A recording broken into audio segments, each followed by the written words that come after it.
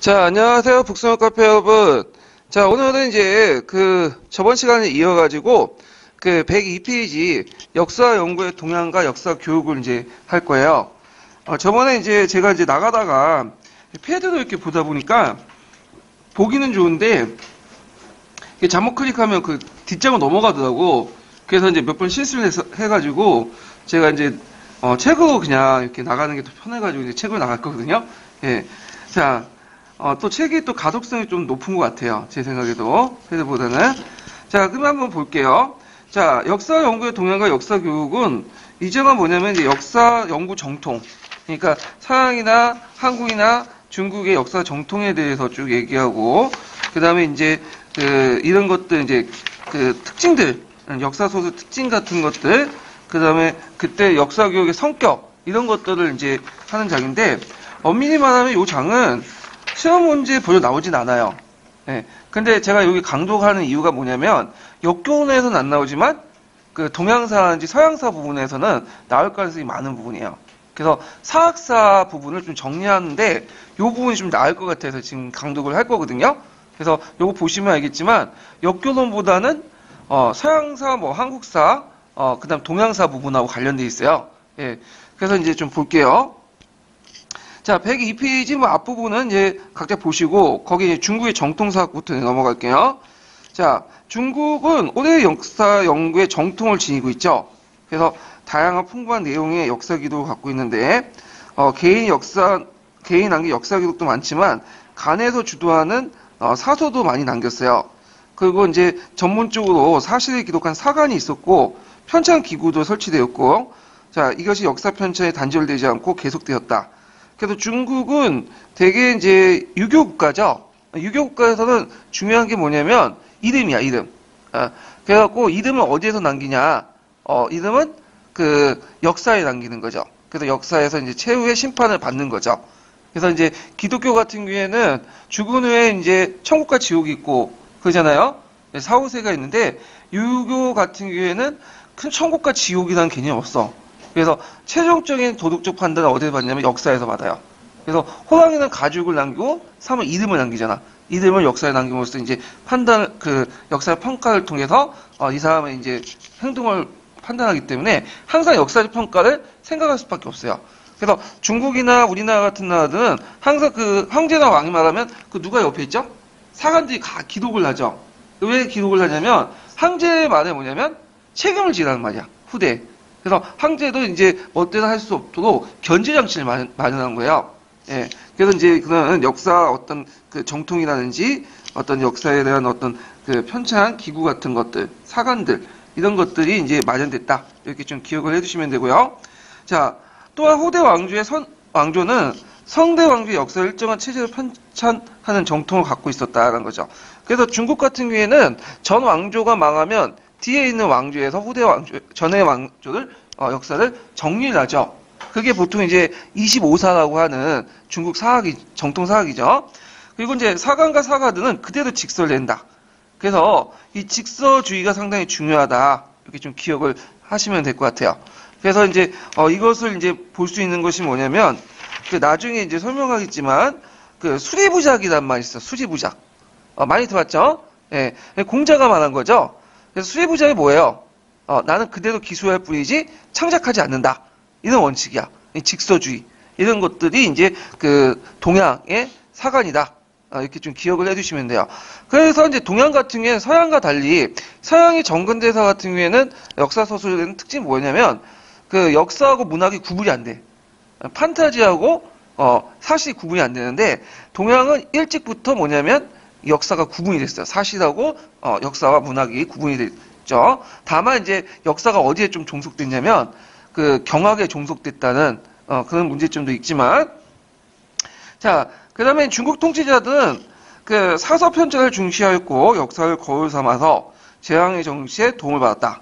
그래서 이제 군주들은 역사적 경험과 교훈을 시정을 모범으로 삼아 부후관민 방법을 찾으려고 했고, 따라서 역사 연구는 과거의 경험을 중시 여기는 상고주의 경향을 띠고 있다.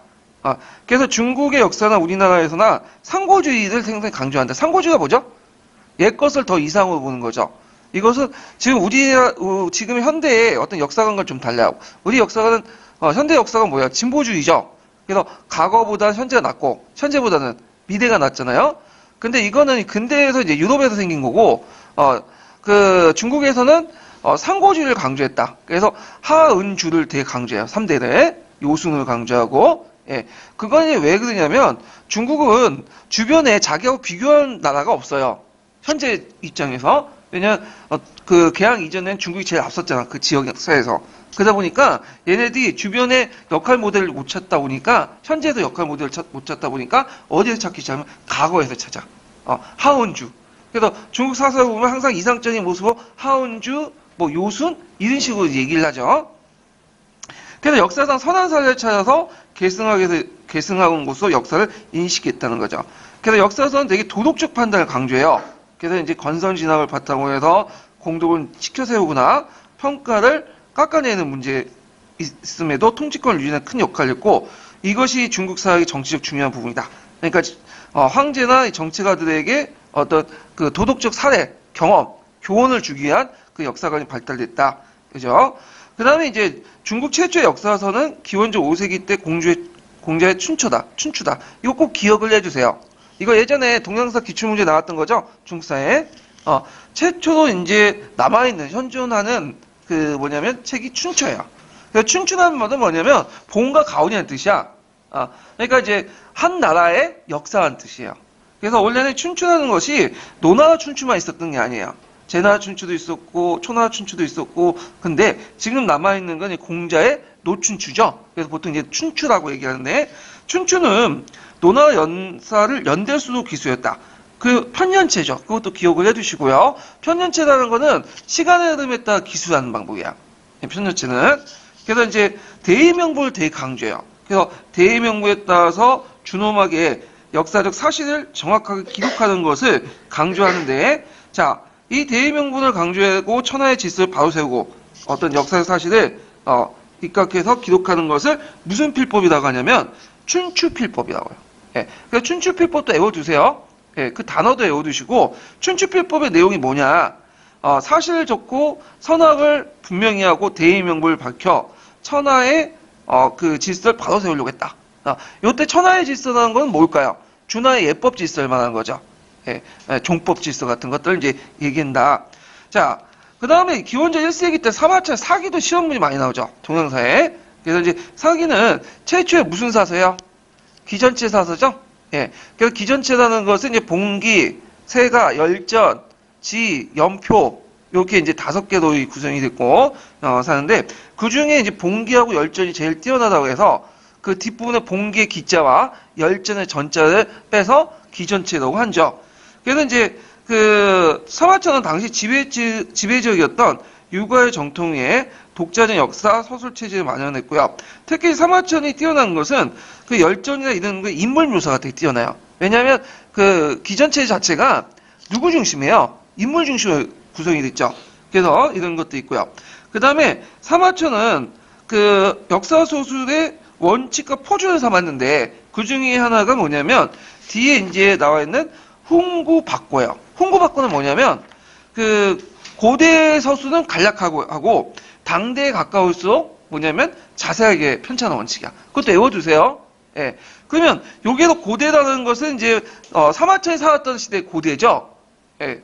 그래서 이제 하은주 이런 것들 얘기한 거고. 그래서 그 사기를 보면 하봉기, 음봉기, 중봉기에서 보통 한나라 때는 인물 중심 봉기를 넣잖아, 항제를. 근데 여기서 왕조 중심으로 봉기를 넣어요. 그건 뭐냐면 그냥 간략하게 설명이 있기 때문에 그래요. 그러면 여기에서 당대에 가까울 수는 뭘까요? 이거는 그 전환시대 기준에서 어떤 시대예요? 예? 근현대사. 예, 근현대사 부분을 이제 강조했다. 그러니까 우리 입장의 근현대사가 아니라 그 당시 사마천이 살았던 근현대사를 강조했다. 그래서 주로 이제 전환 초기 때 역사 한무제까지 역사를 상당히 비중을 뒀다는 거죠. 예. 그래갖고 이제 요 원칙도 좀 기억을 해두시면 되고요. 자, 그 다음에 이제 넘어가서, 자, 중국에서는 경악하고 사학하고 거의 같은 거나, 같은 걸로 간주를 하는데, 되게 이제 경악을 더 높게 보고 사학을 좀 낮춰보는 경향이 있어요. 정통적으로. 예. 그래서 이제 있는데, 그래서 경서를 가지고 이제 유교 경전을 얘기하면, 문학 작품이죠. 좀 거기에 철학과 역사가 포함되어 있고요. 그 경서 안에서 이제 역사적 사례를 찾죠. 그래서 상강오준, 이런 것들, 맞는 것들을 역사 사례를 찾는다. 자, 그래서 중국 역대 왕조는 통치상 경서를 중요시하기 때문에 경서는 유교의 학문을 정리한 것 이상으로 위상을 지니고 있고, 이 사학이 이제 원래 경학에 종속됐다가 사학이라는 용어로 이제 불리게 된 것은 언제 때냐 하면 그 위진남북조 시대요. 예, 위진남북조 시대 때 특징은 뭐냐면 그 당시에는 아직 그 국가가 간찬 사설을 만들기 전이야. 그렇기 때문에 개인이 주로 사설을 만들었어요. 그래서 위진남북조 전에 있었던 이제 정사들 있죠. 이런 사서들은 대개 보면 개인이 만들거나 주로 가업으로 계승이 됐어. 예를 들어 사마천 사기도 그렇고 우리가 이제 있는 방고의 한서 있죠. 방고의 한서도 솔직히 말해서 그거는 방고만 만든 건 아니죠. 그 아버지, 방고, 그다음 누이 동생까지 합쳐서 개인 그 가문의 어떤 사업이에요.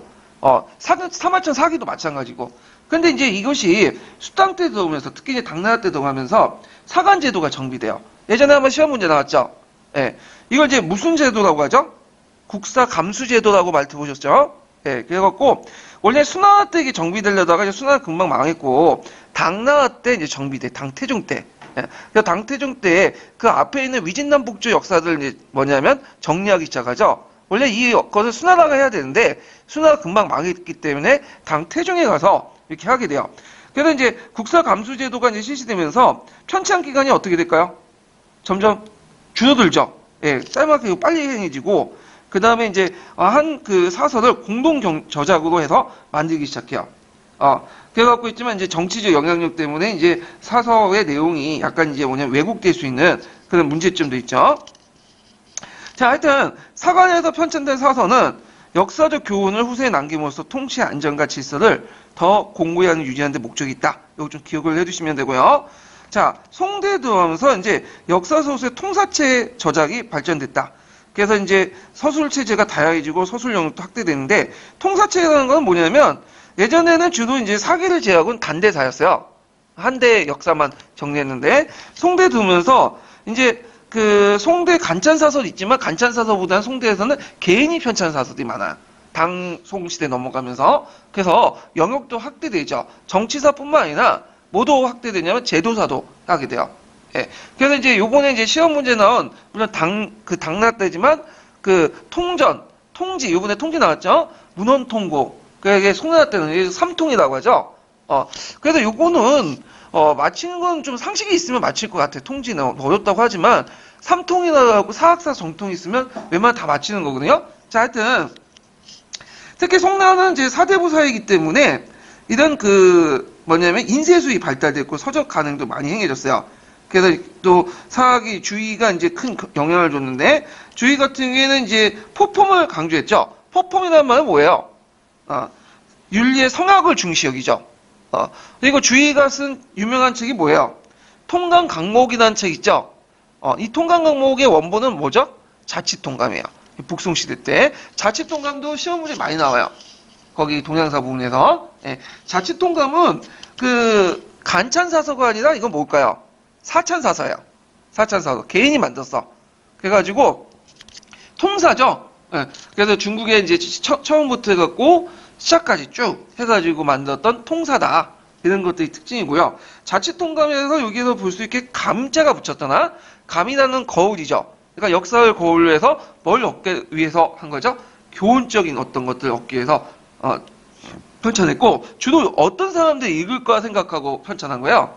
지배자들.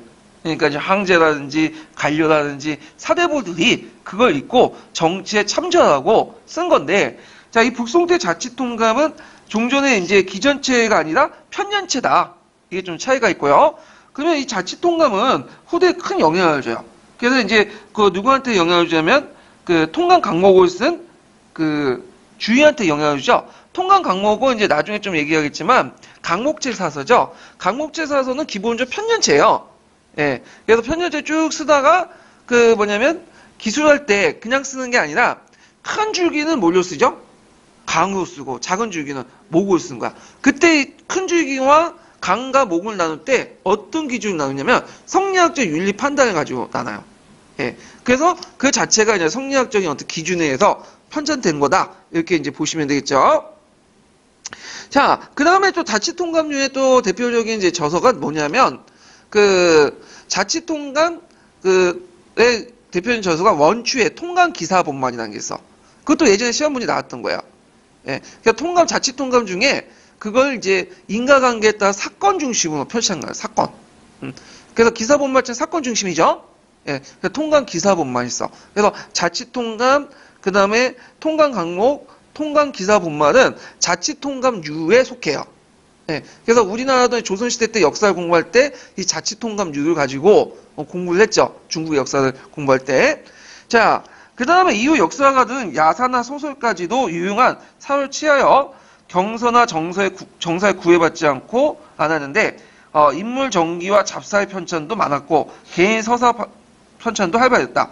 원대에서는 한조 왕조를 모방해서 사설을 간수했는데 국사를 위구르 문자로 인지했어요. 그때 당대 자기 나라 역사를 몽골 비사로 이렇게 전하시죠. 이 몽골 비사는 그 원대에서 이제 전하는 거는 그 저기 이란국에서 만드진 건데, 원대 저는 제 말 저기 헷갈렸어요. 하여튼 몽골 비사로 만들었다. 몽골 비사 외워주세요. 예, 그래서 있고요. 그 다음에 이제 명대는 폐사잡기가 많았고, 폐사잡기는 그 뭐냐면 여러 가지 작성 글들이야. 일종 야사들을 모아가지고 썼던 건데, 그 아마 이제 송대, 원대 거쳐서 명대 거쳐서 소설료가 발달되잖아요. 경국이나 이런 것들이 발달되면서 이제 그 정사 외에 그 야사들이 행해졌어요. 많이 풍부해졌고 이런 것들을 모아서 이제 썼다라는 걸 좀 기억을 해주시면 되고요. 청대에서 좀 눈여겨볼 게 뭐냐면 청대에서는 개인 사서가 그렇게 발달하지 못했어. 아예 막았죠. 잘못 썼다가 어떻게 돼요? 죽을 수도 있어. 왜 그냥 문자의 옥 때문에 그래요. 그래서 이제 문자의 옥을 걷고 나서 이 사람들은 이제 자신이 역사를 쓰라고 하지 않아요. 뭐냐면 기존의 역사를 검토하고 비교하고 연구하게 돼. 이걸 이제 뭐라고 하냐면 교감이라고 하거든요. 교감. 교감이란 뭐냐면 여러 같은 종류의 여러 책을 비교해서 차이가 나는 것을 바로잡는 거야. 이거 이제 어려운 말로 하면 역사 경로에서 교차 분석이라는 말 있죠. 그러니까 사료를 진일학부학에서 한 개 사료만 보는 게 아니라 여러 개 사료를 교차 분석을 해서 어느 게 옳고 그름을 판단하는 거야. 그리고 거기에 이제 오기도 작고 이게 교감학이라고 하거든요. 예. 그래서 이런 교감학 같은 학문들은 어디 속하겠어요? 고중학이죠, 고중학. 예. 그래서 이렇게 이제 자기가 글을 쓰는 게 아니라 교감을 통해서 역사를 정리하는 이 고중학이 발달됐고, 그리고 이런 작업에 이제 성과물로서 사고전서가 나와요. 사고전서. 예. 그래서 청나라가 이제 사고전서 같은 걸 편집을 하잖아요. 예. 그래서 이런 것들 좀 기억을 해두시면 될 것 같아요. 자, 그러면 이제 중국에 있는 역사서의 영향을 받아서 한국의 정통사학도 발달됐죠. 예. 그래서 한국도 이제 중국과 마찬가지로 유교를 강조했고, 그러다 보니까 역사를 되게 강조를 했어요. 예. 그래서 이제 좀 내용을 보면요. 삼국시대의 조선 말까지 이제 역사인식과 역사서술을, 총칭인데, 한국의 정통사학은 역사 편찬을 통해서 강력한 왕권을 확립하려고 했고, 그 다음에 유교 왕도 정치를 구현하려고 했다. 그래서 이제 정통 역사학은 유교 경쟁 경학의 일부로서 경사일체라고 하죠. 이걸요. 그래서 재앙지학이라서 인간의 행위에 기감이 된 교훈적 학문이다. 이건 뭐 중국하고 똑같아요. 예. 그 다음에 한국의 정통사학은 대체로 중국의 역사인식과 형태를 바탕으로 유교적 사관으로 어디까지 경사일체적 학문이었고요. 그 다음에 지배차 중심의 정치 수단이었고 교훈적 역사를 목적으로 했다. 예. 이거는 거의 중국까지 동일하고요. 뒤에 넘어가서 자, 그래서 이제 정통사학은 삼국시대 역사 편찬 경험을 바탕으로 태동했으며, 그럼 삼국시대 때 역사 편찬은 지금 남아있어 없어요? 없죠? 예. 지금 우리가 기록한 뭐 서기라든지, 그 다음에 이런 유기, 뭐 이런 것들, 신집, 이런 거 없어. 근데 그 당시에 글을 쓴 건 아니에요. 그 역사서를 안 만든 건 아니에요. 없어졌어. 그래서, 그렇지만 그런 역사서가 나중에 삼국사기나 삼국유사의 1차 사료가 돼요. 예. 그래서 삼국사기에 보면 곡이라는 말이 나왔어. 옛 기록이란 뜻이에요. 이거는 지금은 없지만 그 삼국사기가 쓰여진 당시에 인용했던 기록이죠. 그래서 대개 보면 고려 초기 때나 삼국시대 때 쓰여졌던 글들이에요. 예. 자, 하여튼 그래서 이제 민족사에 관심이 높아져서 삼국사기, 삼국유사, 제왕원기, 동국 이삼국지 같은 사서들이 가능했죠. 요 하나하나가 다 기출 주제들이야. 그래서 이제 한국사 할 때 이제 공부해 두시고요. 자, 그 다음에 이 중에 삼국유사하고 제왕원기는 단군신화가 수록됐다. 특히 이제 최초에 단군신화가 수록된 건 어디예요? 삼국유사죠? 원래 이 단군이라는 존재는 지금처럼 우리가 민족의 신앙이라고 생각하지 않았어요. 조상이라고. 예전에는 이제 평양 일대 지역 그 토속 신이었어. 그것이 이제 전국적인 어떤 숭배 대상이 되고 우리나라 민족의 어떤 시조가 바뀌게 된 것은 언제 때요? 고조 중기 때, 그 원나 침입 때죠. 그러면서 일동사망 의식이 해체되면서 그 기원을 거슬러 보다 보니까 누가 존재가 부각된 거야? 단군의 존재가 부각되고, 그 다음에 단군의 그 신화가 일종의 예전 구전으로 전달했는데, 이것을 기록으로 남기대요. 이게 이제 최초의 삼국유사죠. 그래서 삼국유사가 그 구전 그 신화들을 제대로 기록을 한 거야. 물론 이제 불교식으로 좀 약간 각색은 했지만 그 후에 이제 뭐 제왕홍기라든지 그 다음에 뭐 여러 이제 조선시대 때 사서들도 단군 신화들 기록을 했지만 좀 약간 유교적 합리성에 의해서 좀 약간 뒤틀려서 기록했어.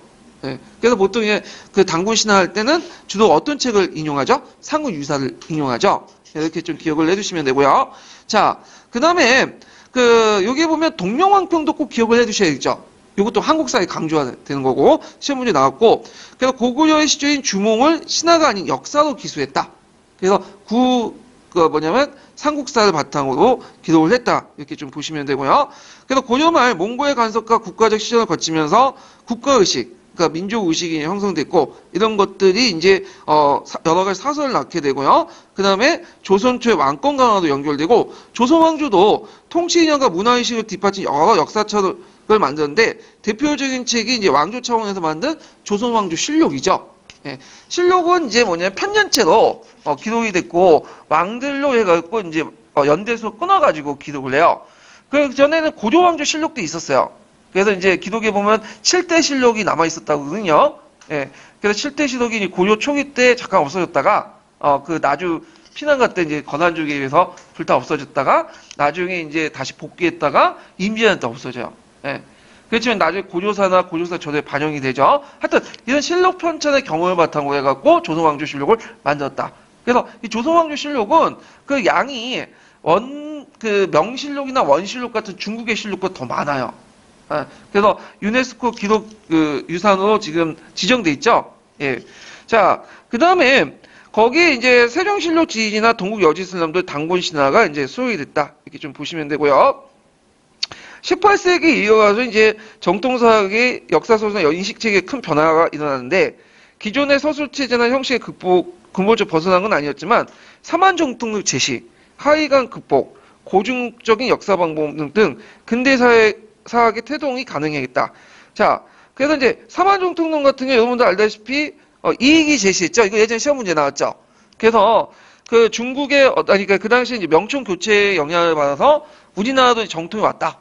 그래서 우리나라의 역사의 정통을 세우는 과정에서 뭘 했어요? 외워두셔야죠. 단군, 기자, 만, 통일신라, 고려, 사만정통론. 그러면 여기에서 단군에서 기자로 넘어가는데 중간에 뭐가 빠졌죠? 위만이 빠졌죠. 그럼 위만은 역사적 실체가 없는 거야? 있는 거죠. 인정해요. 다만 뭐가 없는 거야? 정통이 없는 거야. 왜? 얘는 왜 뭘 했어? 성리학적 가치관은 찬탈을 냈잖아. 그래서 그때 쫓겨났던 기자조선의 준왕이 어디 내렸어요? 마흔을 내렸죠. 그래서 사만정통론 이렇게 된 거야. 그래서 이 사만정통은 나중에 구한말 때 또 부흥이 되죠. 그래서 구한말 때 중흥의식을 바탕으로 해서 다시 이제 사만정통론이 부각이 되고, 그 구한말 때 여러 교과서에도 실리게 돼요. 예. 자, 그래서 사만정통론 좀 기억을 해두시고, 그 중에 좀 이익이 이제 강조되는 게 뭐냐, 이건 판한책에도 있는데, 이익은 고금의 성패를 제덕이 아니라 시세에 의해서 결정된다, 이렇게 했어요. 그 역사 발전 민의 중요성을 인식했다. 그리고 이건 상당히 중요한 인식이에요. 왜 중요한 인식이냐면, 예전엔 그 역사를 논할 때 항상 뭘 냈어요? 어떤 윤리관, 어떤 도덕적 가치, 건선진학, 이런 것들을 했는데, 이제는 그게 중요한 게 아니야. 역사의 원동력은 시세야. 시세라는 건 뭐냐면, 물질력, 여러 가지 물질력을 바탕으로 한 재관계들 형성된 뭐냐면 관계들, 물질력을 통해서 형성된 여러 관계들 시세라고 하거든요. 그럼 물질력으로 형성된 그 여러 관계들은 쉽게 말하면 뭐예요? 경제야, 경제. 예. 하부 구조가 뭐야? 역사의 흐름을 만든다. 그리고 나서 그 뭐냐면 나중에 제덕이라든지 우연이라든지 이런 것들은 뒤에 있는 문제야. 시세가 제일 강조했고요. 그 다음에 중인, 정형은 또 중인을 강조했죠. 물질적 측면에서 진보를 논했다. 꼭 기억을 해두시고요. 그 다음에 역사 연구 방법에도 달라졌어요. 그래서 이제 실학자들은 도덕주의적 한계를 극복하고 실적적 연구 방법을 도입했는데 이 실적적 연구 방법은 이제 어디에서 도입했을까요? 청나라가 뭐가 발전됐죠? 고중학이 발달됐죠. 그래서 이제 방대한 사료를 수집하고 사료 비판을 통해서 역사를 서술하기 시작했으며 중국 사료의 한계를 지적하고 중국 문헌만 존중하는 풍토를 비판했다. 그래서 국내 사료뿐만 아니라 심지어는 19세기에 들어서 일본 사료까지 인용을 하게 돼요. 그리고 이제 떠도는 얘기까지도 적기 시작하죠. 그리고 이제 역사 연구의 대상도 확대돼서 고대사 인식이 체계화됐고, 그리고 한반도 중심의 역사 소수에서 요동과 만주 일대까지 민족사 무대를 확대시키고요. 그리고 예전에는 남반계 역사를 강조했죠. 신라 중심의 역사. 근데 이제 고구려 중심의 역사를 강조했다. 그 대표적인 게 이제 뭐냐면 그 유독공의 발해고 같은 거 있죠. 이런 것도 이제 만주나 이런 것도 확대시키고 이런 것들을 볼 수가 있고요. 그래서 이제 그 자주적 역사 인식과 실존 연구 자세는 정통사를 극복하고 계몽사학과 민족사학을 나눈 가교 역할을 했다. 이 계몽사학과 민족사학은 후에 구한말이나 일제시대 때 사학의 특징이죠. 자, 그 다음에 요게 이제 또한 기전체와 편년체 변주를 넣어서 18세기 넘어와서는 기사본말체와 강목체 역사가 등장해요. 기사본말체는 뭐예요? 사건 중심이죠. 그 다음에 강목체 역사는 뭐예요? 어떤 윤리관, 성리학적 어떤 가치를 바탕으로 이제 했고, 그래서 기전체는 열전 위주로 되어 있어서 신화 입장이 크게 반영됐고요. 그 다음 편년체는 군주 중심의 기술이야. 그래서 기전체가 왜 그 신화 입장이냐면 인물 중심이잖아. 봉기도 있지만 열전도 되게 많아요. 그래서 신화들에 대한 내용들이 되게 많아. 그래서 정통적으로 중국에서는 기전체는 신화 중심이야. 편년체는 왜 그 군주 중심이냐면 말을 누구 기준으로 하는 얘기하죠? 왕의 업적을 기준으로, 왕의 행동을 동선을 기준으로 기술하기 때문에 편년체 왕 중심이야. 근데 이상하게 우리나라에서는 이게 약간 좀 달라요. 이거는 여기는 안 나왔지만 기전체는 우리나라에서는 고려사나 이런 걸 보시 왕 중심이야. 그 다음에 고려사 저조에서 볼 수 있지 그 편년체가 신화 중심인 경우가 있어. 이건 약간 좀 다른 거예요. 이거는 내가 한국사 할 때 좀 얘기할 거고요. 자, 그래서 기전체 핵심에 이르는 열전은 저자의 주관이나 견해가 직접 반영됐고 교훈과 기감에서 인물을 유형별로 나눠서 개인의 업적의 잘못을 평가를 담고 있고요. 그 다음에 편년체 같은 경우에는 이제 연대 기록이죠. 그래서 실록도 편년체죠. 그리고 통감료의 명칭을 붙인 것도 이런 편년체 서술이 많다라는 거죠. 자, 그래서 이제 한국의 정통사상은 이런 중국의 편년체와 기전체 같은 게 영향을 받았지만 그대로 모방하지 않았다는 거죠. 그래서 삼국사기 같은 경우는 삼국 왕을 중국의 천자같이 봉기에 표시했고요. 원래는 어디에 표시해야 돼요? 세가에 표시해야죠. 세가에. 근데 봉기에 표시해. 그 다음에 열전 이후의 중국의 서술 방식과 달리 봉기 중시의 특징이다. 그래서 우리나라는 그 말한 것처럼 기전체가 누구 중심이라고 했죠? 중국의 신화 중심대로 우리나라 삼국사 고조사는 대개 보면 왕 중심이야. 이게 좀 차이가 있어요.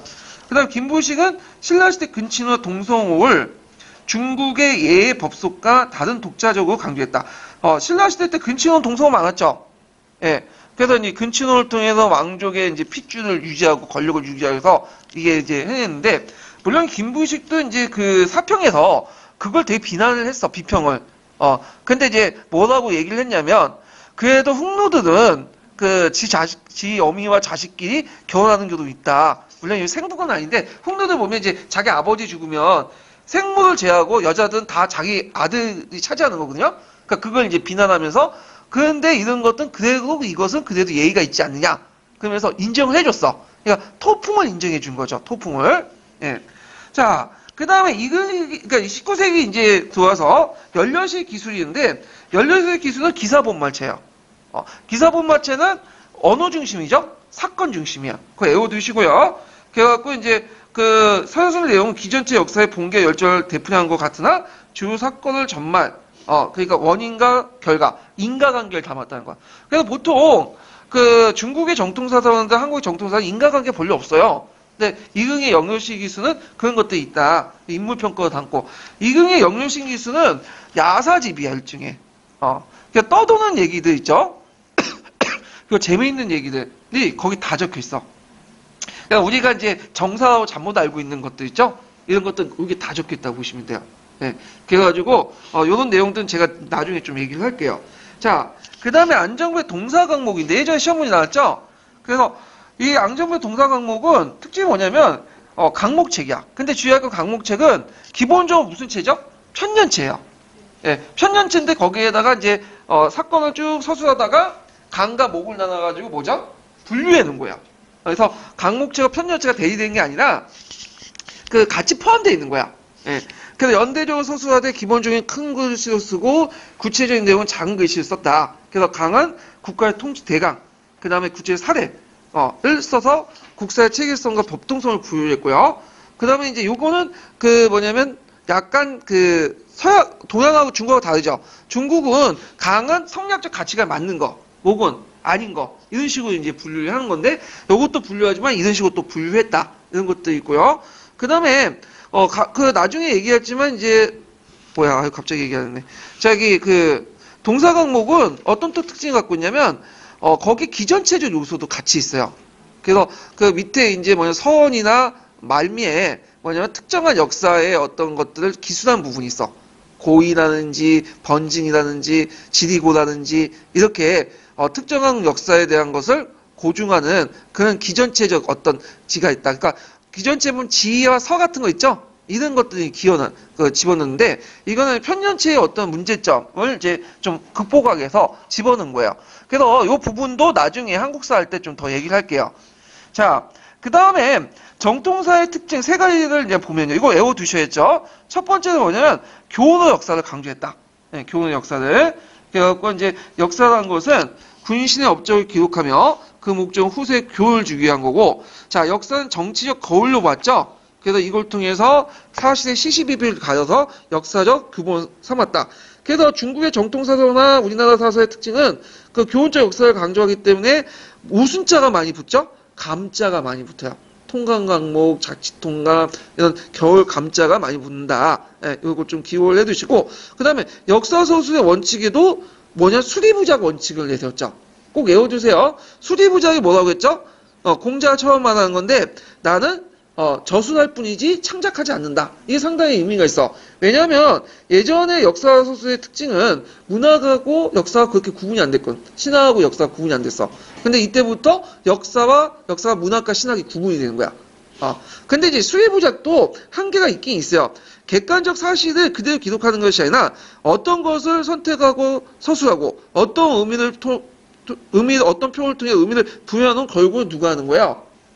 역사가 하는 거죠. 그러니까 편집된 사료야. 그러니까 자기가 객관적 사실을 얘기한다 해도 자기가 보고 싶은 것들만 얘기하는 거지. 말하고 싶은 거. 그러니까 일종의 왜곡은 될 수 있어. 역사의 왜곡은. 그렇지만 그 사실 자체는 만들진 않아요. 예. 그래서 조선왕조실록도 나중에 편찬한 2차 사조잖아요. 정치적 목적에 따라. 근데 왜 학계에선 그 조선왕조실록을 중요시 여기냐면 나중에 편찬한 2차 사조지만 편집사조지만 사실 자체는 왜곡하지 않아요. 그러니까 없는 사실을 만들어내진 않아요. 그래서 나름대로 때문에 그 자체가 이제 사회적 가치가 있는 거죠. 그래서 이렇게 좀 기억을 해주시면 되고, 그러니까 수의보좌가 원칙은 사실 정확한 것이 사관의 임무였다. 그래서 이제 이걸 바탕으로 해서 이제 군주나 명실, 장졸, 학자 등 물론 반역, 홍리, 간신 같은 실상을 기록해서 포폼에 도움을 됐다. 그래서 포폼은 아까 지었죠. 옳고 그름을 명확히 했다. 그래서 이제 이걸 바탕 교훈의 역사를 강조했다는 거죠. 자, 두 번째로는 이제 경하고로서 역사죠. 그래서 그 한국의 이제 사학은 그 복고적이고 상고적 가치 기반을 했고, 대개 이제 역사가 어디에 이제 종속이 됐냐면, 경사일체란 말 있죠? 사학에 종속됐다. 그래갖고 이제 그 유교적 윤리를 강조하기 위해서 그 사대로서 어디에 찾는 거야? 사학에서 찾는 거야. 역사 사대로서. 그래서 이제 있다. 그래서 이걸 통해서 그 유교적 정치 이념을 구현하려고 했고, 통치의 정치 수단을 사용하려고 했다. 이런 것들이 특징이죠. 그래서 경학에 종속된 학문 체계였다. 그래서 이거는 이제 중국과 마찬가지인데, 근데 중국 같은 경우에는 초창기 때는 그랬는데, 아까 읽은 것처럼 위진남북 시대 때부터 조금씩 독립한 금이가 있었고요. 고중학 때 완전 독립이 됐어요. 사학이요. 예. 자, 그래서 세 번째는 그 자아의식의 역사다. 그 정통사학은 중국 중심의 역사 인식의 체계를 갖고 있다고 해도 우리 나름대로 그 주체적인 자아의식과 국가의식을 담고 있었다는 거죠. 특히 이제 조선후기에 들어가면 하이든에서 점점 벗어나요. 하이든은 뭐죠? 중국을 하도 보고 우리를 이도 보는 거죠. 예. 그래서 벗어나서 거꾸로 이제 우리가 하가 되는 거고 중국이 이가 될 수 있고 심지어는 19세기 들어가면 하와 이라는 개념을 부정을 해버려. 특히 이나 이런 사람은 이제 아예 부정하고 19세기는 아예 그런 것들이 물론 완전히 없어지지 않지만 조금씩 부정되기 시작해요. 예. 이런 것들이 이제 특징이고 있고요. 그래서 중국의 천자 역사를 봉기 표시한 번에 우리는 제후의 역사로 세가로 기록하죠. 그래서 중국 중심의 세계를 보였으나 그 중국의 역사 소설 그대로 모방 계승한 건 아니다. 기본인 체제나 서술 방법, 인물 평가의 중국 원칙을 따랐지만 독자의 연호나 원력을 사용했으면 요거는 좀 약간 잘못된 것 같아요. 예. 중국의 그 독자의 연호와 원력을 사용했다는 건 말이 안 되는 거지. 원력은 뭐죠? 책력, 달력이죠. 예. 그래서 조선은 그 중국의 연호와 원료를 그대로 사용했어요. 책력을. 예. 그래서 이건 좀 말이 안 되는 거고, 아마 이 사람이 좀 착각하신 게 뭐냐면, 이게 교수님이 칭언법을 좀 착각한 것 같아. 대개 보면 이제 어떤 그 편열자 서술할 때, 그 뭐냐면, 연호도 쓰지만, 거기에 이제 그 사서에는 선조 몇 년, 그 다음에 태종 2년, 이렇게 쓰거든요. 이게 칭언법이야. 그거는 근데 이거는 우리나라 독자적인 성능, 말령 2년 이렇게 쓰지 않고, 요걸 얘기하는 거지, 그 연호하고 원력은 그대로 중국에 받아들여. 왜냐면 조공책복이고 관계이기 때문에 그런 거죠. 근데 이거는 모르겠는데 하여튼 이렇게 이제 생각이고 사만정통을 주장해서 이제 주체적 역사 인식을 발전시켰다. 그래서 이제 이처럼 정통사학 역사를 교훈 삼고 경학을 분리하지 않은 유교의 정치 이념을 수단으로 삼아서 자아의식과 국가의식을 담고 있었다. 그러면 여기에서 한번 정리를 해보면 정통사의 특징 세 가지 쓰면 뭐라고 써있어요? 교훈의 역사를 강조했다. 두 번째는 경학으로서 역사로서 경사일체적 성격을 가지고 있었다. 그래서 역사가 경학의 보조 수단이었다.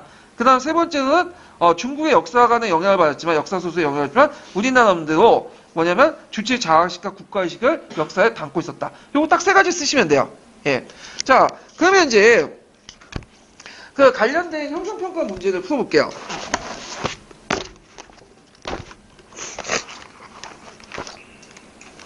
자, 몇 페이지 펴보시냐면요.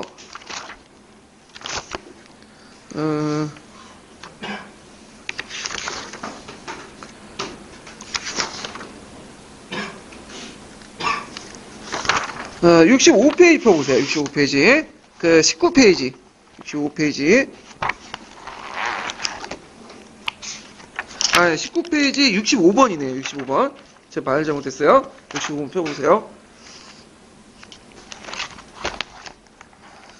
자, 65번 보면 이제 있는데, 자, 다음 기읍과 니은의 의미를 서술해보고, 사기의 사학사적 의의를 말해보시오. 그리고 사기가 후대 역사에 미친 영향을 인물 묘사와 사실 기록 측면에서 각각 말해보시오. 자, 공자는 논하 연대인 춘추를 편찬하는 과정에서 춘추필법이라는 것들을 사용했죠. 기법을, 원칙을. 춘추필법을 쓰라고 하면 어떻게 써야겠어요? 대의명분을 밝혀서 그것을 천하의 질서로 봐서 생긴다. 그리고 사실을 옳고 그름을 가져서 대의명을 밝힌다. 뭐 이렇게 쓰시면 돼요. 자, 그 다음에 후분 받고라는 말 있죠. 자, 이거는 이제 사기가 사마천 쓸 때, 사마천이 이제 사기를 쓸 때 이제 마련한 건데, 자, 이거는 고대에서는 점점 줄이고, 당대에 가까울수록 근현대에서도 더 많이 쓴다. 그 말이에요. 자, 그 다음에 이제, 사마천 사기의 의의를 쓰면 어떻게 쓰겠어요? 자, 의미는 이제, 그 의의는 기존체와 사서체를 확립함으로써 기존체라는 사서체를 확립함으로써 육아의 정통적인 독자의 역사체를 만들었다. 인물 묘사 측면에서 표현이 구체적이고 성명하고 생동감 있게 이루어지면서 역사와 문학을 결합시켰다. 사실 기록 측면에서는 고대는 서술 간략하고 당대 도화를 자세하게 했다. 이건 훈급 받고 측면에서 얘기한 거고요. 그 다음에 66번 문제 볼게요. 자, 기획의 제도의 명칭을 써보고 그 당시 역사 소수의 목적을 말해보시오. 요 니은의 배경을 두 가지 서술해 보시고 가와 나에 들어갈 말을 각각 쓰시오. 자, 당나라 때 항시의 역사를 편찬 기관을 설치한 사관제도 정비의 사서 편찬을 제도화시켰다. 자, 요걸 뭐라고 해요? 사관제도, 그 다음 국사 감수제도가거든요. 예. 그 다음에 이제 가와 나에 들어갈 거 뭘까요? 사마천의 자치통관 뭘 썼죠? 편년체. 그 다음 원나라 위구로의 몽골 문자를 서술한 뭐가 있었냐면 몽골 비사가 있어요. 몽골 비사. 그 다음에 이제 거기에 보면 이제 니은의 이제 그 서술, 니은의 서술 배경은 송대에도 다양한 역사서가 만들었다. 그 당시 이제 송대에 들어오면서 다양한 통사책 저자가 발전됐고요. 저작이 인쇄술이 발전돼서 경제적 발달을 통해서 이런 것들을 쓰시면 되고, 그 다음에 이제 여기 보면 그 있고요. 그 다음에 뒤에 넘어가서 이제 역사 소설 목적을 제가 얘기를 안 한 것 같은데, 그래서 이제 그 역사 소설 목적은 이제 교훈을 얻기 위한 거다. 이렇게 쓰시면 돼요.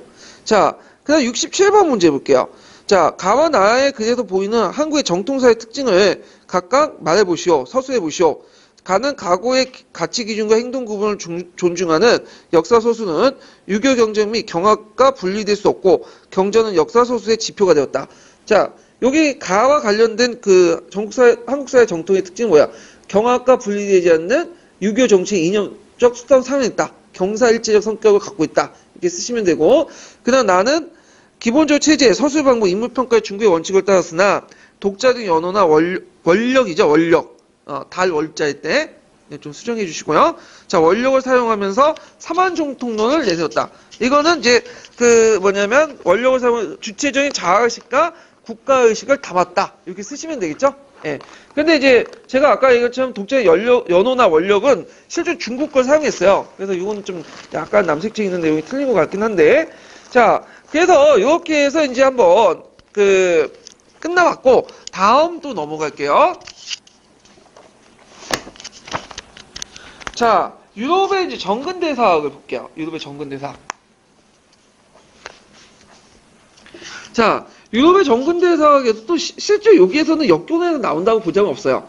근데 이걸 왜 하냐면 서양사 부분에서 되게 중요해. 그래서 이제 보는 거야. 자, 유럽의 역사 소설은 기원전 5세기 때 그리스 헤로도토스부터 시작됐는데 그는 보고 들은 그대로 서술할 것을 원칙으로 삼아 페르시아 전쟁사를 다룬 역사를 편찬했다. 그래서 역사인데 이 서화적 역사 내용이 많아요. 그래서 이 사람의 특징이 뭐냐면 자기가 직접 보고 들은 것뿐만 아니라 들은 얘기도 그대로 썼어. 그러다 보니까 그 역사는 이단화 구전, 전승을 많이 담고 있어요. 그래서 문화과 그 역사 구분이 안 돼. 그래서 이제 헤로도토스 역사는 서화적 역사도 있고요. 이 사람은 문화사의 어떤 특징이 있어요. 왜냐하면 그 당시 페르시아 전쟁사와 관련된 여러 나라들의 그 문화와 역사가 같이 서술했거든요. 왜냐하면 페르시아 전쟁사가 단순히 페르시아 그리스의 전쟁이 아니에요. 이거는 페르시아는 그 당시 다민족 국가였죠. 그러니까 그 안에는 이집트도 있고 페니키아도 있고 여러 나라들이 있어. 그러니까 그 나라들이 이제 여러 역사들을 같이 저술했어요. 예, 그래서 문화사적 특징을 있고 그다음에 그 당시 세계사적인 모습도 가지고 있다라는 거죠. 자, 근데 이에 반해서 그 같은 그 역사에서 쓴 투킨티데스, 이 사람은 이제 부제목으로 쓴 이제 투킨티데스 쓴 그 역사를 뭐라고 하냐면 펠로폰네스 전쟁사라고 해요. 거기에 헤로도토스가 심취했던 신화와 전설을 엄격히 배제하고 흥미보다는 뭘 강조했냐면 진실의 정확성을 강조했다는 거죠. 그래서 이 사람은 자기가 본 얘기들만 적어. 들은 얘기는 안 적어요. 예. 그리고 그 다음에 초사실적 얘기, 신화적 얘기는 다 배제를 해요. 그래서 이제 이건 펠로폰네스 전쟁사를 기수했다. 그래서 그는 사료를 면밀히 조사하고 정확한 문헌 고증을 통해서 역사를 서술했기 때문에 이런 것은 후대 누구한테 영향을 미쳤죠? 랑케에게 계승됐다. 이렇게 이제 보시면 돼요. 예. 그래서 이 펠로폰네스 전쟁사의 특징을 쓰고 예전에 한번 시험 문제 나왔죠. 그래서 이런 내용들 쓰시면 될 것 같아요. 서양사 총론이나 개론 내용과 함께. 그래서 15년 기출문제 나왔던 내용이고요. 그 다음에 이제 그 노마의 역사설 좀 볼게요. 이 노마의 역사설은 뭐 그렇게 특히 나올 만한 건 없는데 거기에 이제 쭉 보면 이제 타켄투스가 있죠. 예. 그래서 타켄투스는 이제 그 기록을 할 때 이 사람이 게르마니아 같은 것들을 썼는데 역사학의 가장 중요한 기능은 사람들하고 과거에 가치 있는 행위를 기억하고 사악한 언행들을 대한 비난을 쏟아붓도록 하는 것이다 해서 역사의 교훈적 가치를 강조했다. 그래서 교훈적 가치를 강조하는 부분은 그 동서양을 막는 거 다 똑같아. 이거는 정근대 시대 때의 역사의 특징이죠. 심지어는 투켄티데스 자체도 뭘 강조했냐면 교훈적 역사를 강조했어요. 예. 그 다음에 이제 중세 시대 들어가면 이제 하나의 특징은 아우구스티누스인데 엄밀히 말해서 아우구스티누스는 중세라고 부르기는 좀 그래요. 왜냐면 로마 말기 때 사람이니까. 하여튼 그 사람이 쓴 유명한 책이 있는 게 뭐냐면 신공론이야. 이 신공론에서는 왜 중요하냐면 이 세상의 움직임이 신의 의지에 의해서 실현되는 과정을 봤어요. 목적론적 역사관이죠. 이 목적론적 역사관은 후대 근대 역사학에 큰 영향을 미쳐요. 그래서 계몽사학이라든지 우리가 알고 있는 그 마르크스 사학이나 이런 것도 다 뭐예요? 목적론적 사관이죠. 그래서 어떤 목적을 가지고 인간이 단계 밝혀서 뭐야? 역사는 진보한다. 그런 논리 아니에요? 그래서 이것을 처음 제시한 사람이 이제 이 아우구스티누스예요. 이 목적론적 사관을. 그리고 이 사람은 또 특징이 뭐냐면 전방합의 원리를 제시했죠. 번증법적 방법. 그래서 이제 나름대로 이제 그 의미가 있고요.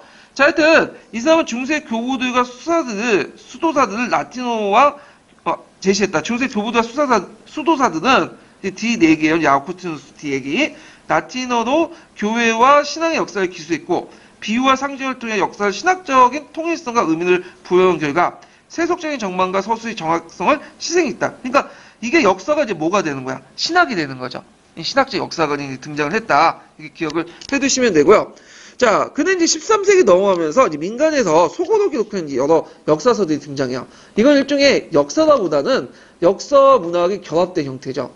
예. 그 대표적인 것이 예전에 기출문제 나왔던 로랑의 노래 있죠. 그 다음에 이제 니베룬가의 노래 아서왕의 이야기, 그래서 무용당, 신화적 영혼, 산문 연대기들이 이제 성행됐고, 그 다음에 군주들이 종종 전기 작가들을 이제 매수해서 호의를 베풀어 자신의 업적을 창현하는 글을 썼다.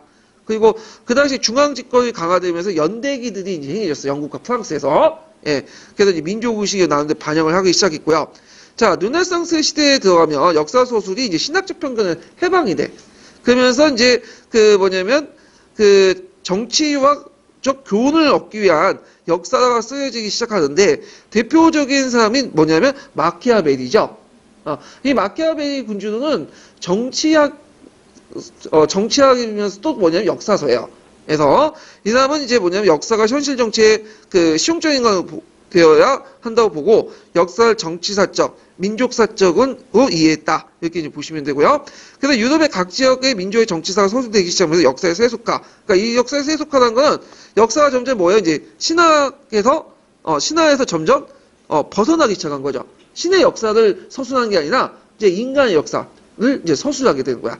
자, 그러면서 이제 또 뭐가 발달되냐면 고증 방법도 발달돼요. 그래서 이제 그 고문서 위주를 검토해서 정승 과정에서 왜곡된 바와 오류를 찾아내는 고증 방법을 발전하게 되는데 그 과정에 르네상스 시대 이제 제일 업적이 뭐냐면 콘스탄트 기진장 같은 거 있죠. 콘스탄트 기진장 이런 것들 오류를 발견하기 시작해요. 예. 자, 이건 나중에 좀 얘기를 하고요. 그다음에 그렇다고 해서 한계도 있어. 왜냐면 아직까지도 이 역사는 문학가나 신학자의 활동이에요. 전문 역사가들 등장하지 않았어요. 전문 역사가들이 등장한 건 언제 때냐면 나중 19세기 등장이야. 랑케사학 이후죠. 예. 그리고 기독교 세계가 완전히 벗어나지 못하고 순환적 사관이 지속돼. 이게 이제 그 당시 그 르네상스 시기 때 역사 소수의 한계 이렇게 이제 보시면 되죠. 자, 18세기 계몽사상이 등장하면서 합리주의 사고가 통해서 이제 르네상스에 좀 남아있었던 신학적 역사 소수를 완전히 대체하게 되고요.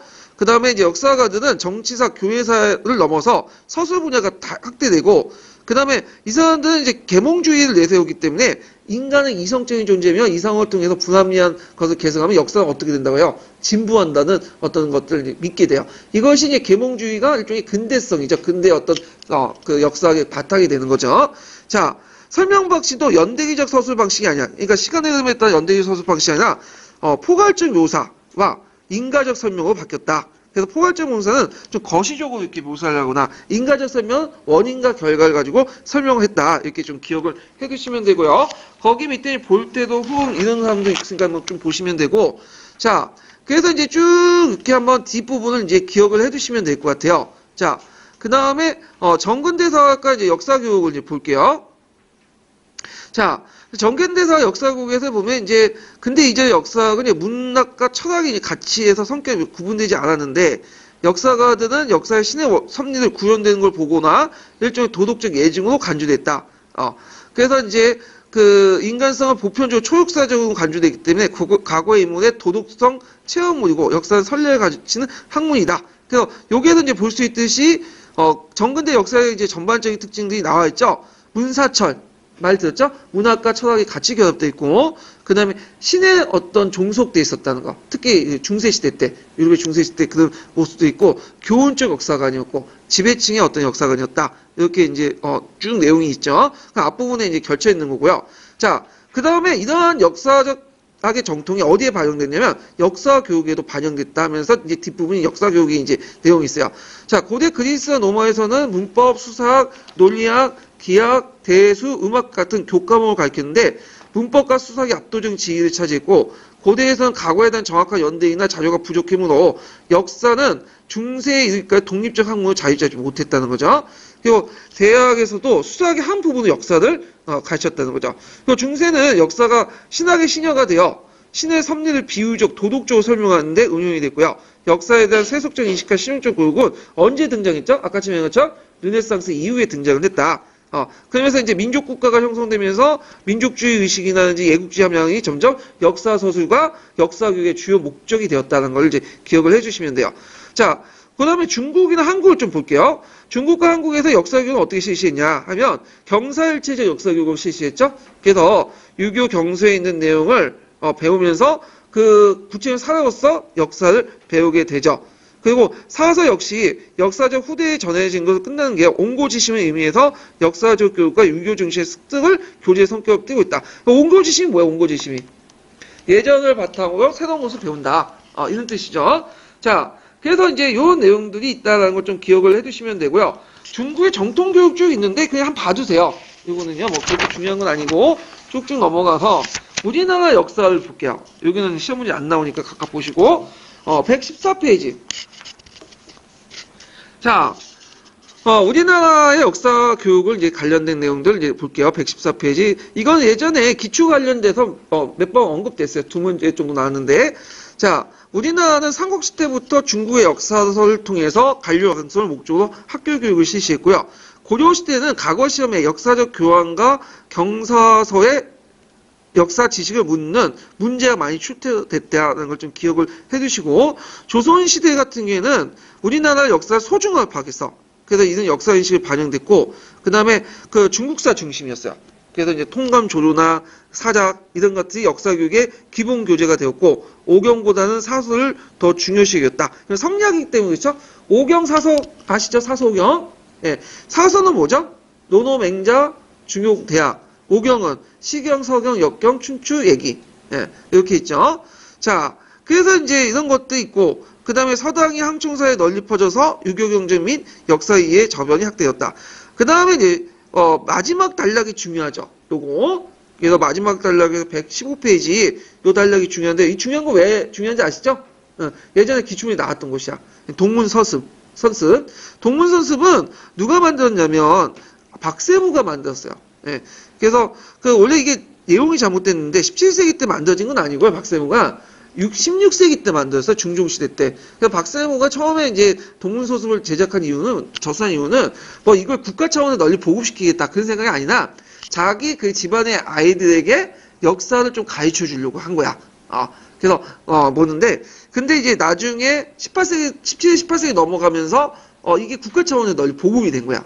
이거는 하여튼 자, 이 교재는 아동들에게 유교 경전과 역사를 동시에 강조하는 거죠. 그래서 유학과 기본인 오준과 그 다음에 역사를 설명하는 부분은 나눠줬고, 오준을 같이 하면서 뭘 같이 해요? 그 구체적 사료서 역사를 제시한 거예요. 이것도 정형적인 뭐예요? 경사일체적 사료예요. 역사서죠. 그 다음에 역사에서 이제 보면 그 역사 부분에서 보면 특징이 뭐냐면 예전에는 역사 교육은 누구 역사였어요? 중국의 역사였죠. 근데 우리나라 역사가 있어. 물론 그 비중이 3분의 1밖에 안 돼요. 아직까지는 중국 중심의 역사야. 그렇지만 나름대로 중국 중심의 역사서를 벗어나려고 했다. 노력은 했다. 한계는 보이지만. 자, 하여튼 역사 부분은 간략하게 중국의 역대사서와 우리의 역사를 수록했으며 우리의 역사 내용은 삼국과 고려, 조선 왕제 변천에 간략하게 서술했으며 그 분량도 중국사 3분의 2였다. 그래서 이제 이 책은 성리학적 사과에 따라 소중한 관념을 드러내고 있었지만 역사 교재로 만들어진 최초의 책이고 그다음 단군을 한국사에 시초로 봤다. 이렇게 이제 보시면 되겠죠. 그다음에 이제 그 한편 신학자들, 조선 후기 때 신학자는 경사일체의 관념을 탈피해서 역사를 하나의 독자적 학문으로 인식하기 시작해요. 그래서 그들은 중국 중의 하위관을 극복하고 민족적 자각을 이끌어내기 위해서 종래 역사 소설 모빈했던 주자의 자치 통관 강목을 비판해요. 예. 그리고 신학자는 유교 중심의 교육에서 벗어나 독자적 역사 교육을 주장하고요. 중국사 못지않게 우리나라 역사도 강조한다. 국사 교육도요. 그래서 그 선례들이 쭉 나오는데 자, 이익 같은 사람은 과거 시험의 과목에 중국사와 함께 국사도 같이 포함되자. 그 다음에 안정복은 동사 강목에서 뭐라고 얘기하냐면 자, 우리나라 사람들이 우리들 소홀히 하고 우리 땅에 살고 있으면서 우리들 알지 못한 건 진실로 가련한 일이다 한탄했고요. 박지원과 정양훈 같은 사람들은 역사교육 교재로 널리 있는 통감조약과 사락을 읽지 말도록 통감조약과 사락은 어디에 있어? 조선전기 때 역사교육과 관련된 거죠. 예, 요 내용들 이제 좀 기억을 해두시고 요 부분은 또 어디에 나와 있냐면 파란 책에 있는 내용도 있어요. 그래서 제가 파란 책 할 때 한번 언급해 드릴게요. 그래서 요거 그 조선시대나 고려시대 때 역사교육이 예전 객관식 기초에 나왔던 거거든요. 그래서 한번 낼 수도 있어. 뒤통수 때리는 문제로. 예. 그래갖고 지금 뭐 동문선습만 나왔는데 동문선습은 이제 한번 많이 냈으니까 이런 식으로 이제 좀 약간 엿보이지는 이제 문제로 낼 가능성이 많거든요. 자, 그 다음에 이거 이제 하고 나서 잠깐 이제 문제 한번 풀어볼까요? 이제 문제가 있는지 모르겠는데 잠깐만요. 몇 페이지를 보시냐면요. 이거 내가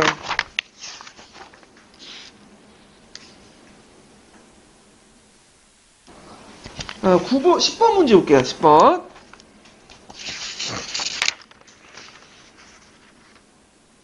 자, 다음 밑줄친 이 교재의 목적과 의의를 각각 한 가지 써보시오. 자, 이 교재는 유학의 기본 동력 오륜과 그 다음에 오전을 설명한 부분과 역사를 담은 부분을 나눠줬다. 역사 부분에서는 간략한 중국의 역사와 우리나라 역사를 수록하고 있는데 자, 우리나라 역사는 그 삼국과 고려, 조선 왕조 변천을 간략하게 서술했으며 그 분량은 중국의 3분의 2였다. 뭐죠? 예, 동문선습이죠? 예, 동문선습인데 그 목적은 뭐야? 아동들에게 유교 정신과 역사 교육을 하기 위해서 이렇게 쓰시면 되고요. 의 이렇게 쓰시면 돼. 의는 역사 교재용으로 만든 최초의 책이다. 우리나라 역사에서. 그 다음에 단군을 한국사의 시작으로 서술된 민족사 고향을 기여했다. 이거 꼭 외워두세요. 의도 잘 모르신 분도 있더라고요. 예. 그래서 이제 공부를 해두시고 동문선습도 그 파란 책에 있어요. 파란 책 내용도 나중에 같이 외워두시면 될 것 같아요. 예. 자, 그래서 이제 이렇게 했고 근대 역사학의 변화와 역사 교육을 이제 넘어가는데 요거는 다음 시간에 할게요. 예, 다음 시간에.